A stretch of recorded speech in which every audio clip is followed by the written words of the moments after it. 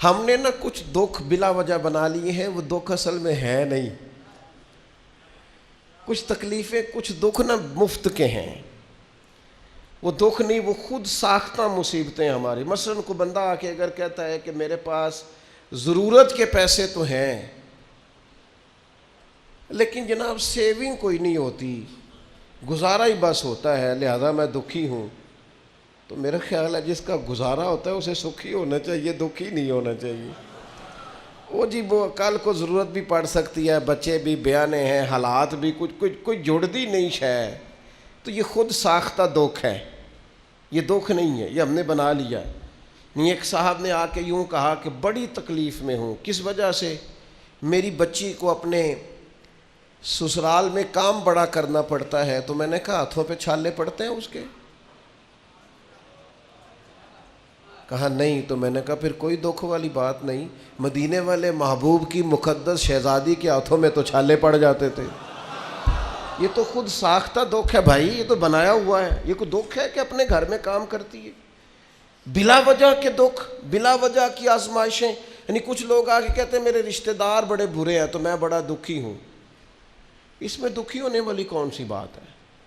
نبی پاک علیہ السلام نے فرمایا کمزور باتیں نہ کرنا کہ کوئی میرے ساتھ نیکی کرے گا تو میں کروں گا.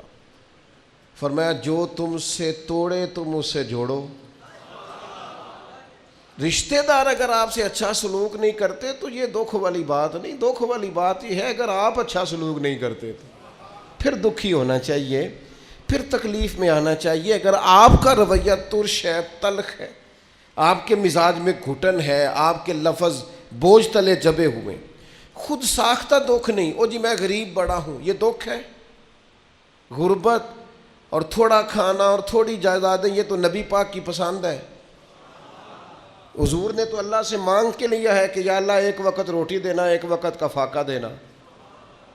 اور حضور فرماتے ہیں اللہ میرا دل کرتا ہے جب تو مجھے پیٹ بھر کے کھانا عطا کرے تو شکر کروں، اور جب نہ ہو تو تیری بارگاہ میں عرض کروں.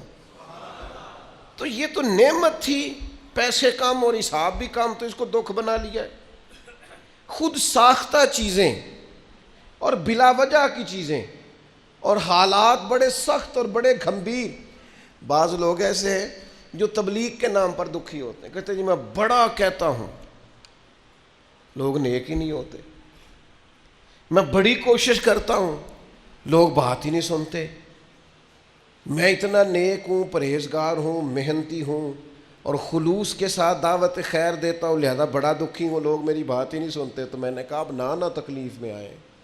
لوگوں نے تو نبیوں کی بھی نہیں سنی، انہوں نے تو یہ نہیں کہا. انہوں نے تو کہا وما علینا الا البلاغ المبین.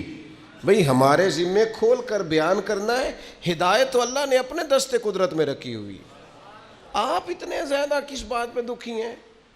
آپ کو ان کی خواہش ہونی چاہیے، درد ہونا چاہیے لوگ ٹھیک ہو جائیں، لیکن اس بات کو شکوہ بنا لینا اور اس وجہ سے لوگوں پر تنقید کرتے پھرنا اور طنز کرتے پھرنا، خود ساختہ دکھ، بلا وجہ کے دکھ، بغیر کسی سبب کے پریشانی. کچھ لوگ اب ہمارے ہاں نا ایک نیا رواج بھی آج کل،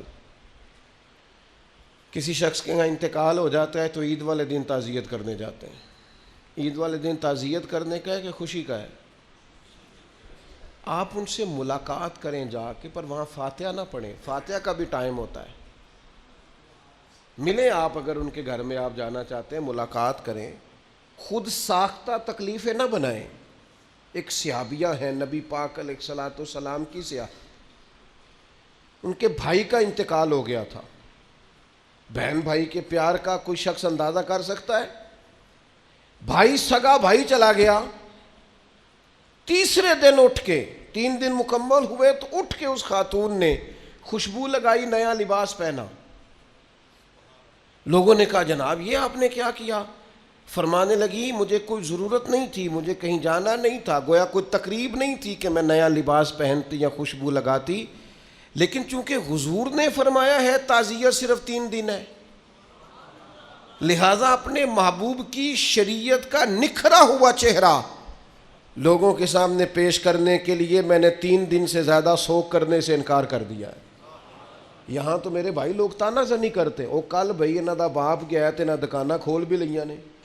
4 دن تو کیا آپ مذاق کر رہے ہیں دین کے ساتھ؟ خود ساختہ دکھ نہ بنائیں، خود ساختہ آزمائشیں نہ بنائیں، خوش رہنا سیکھیں۔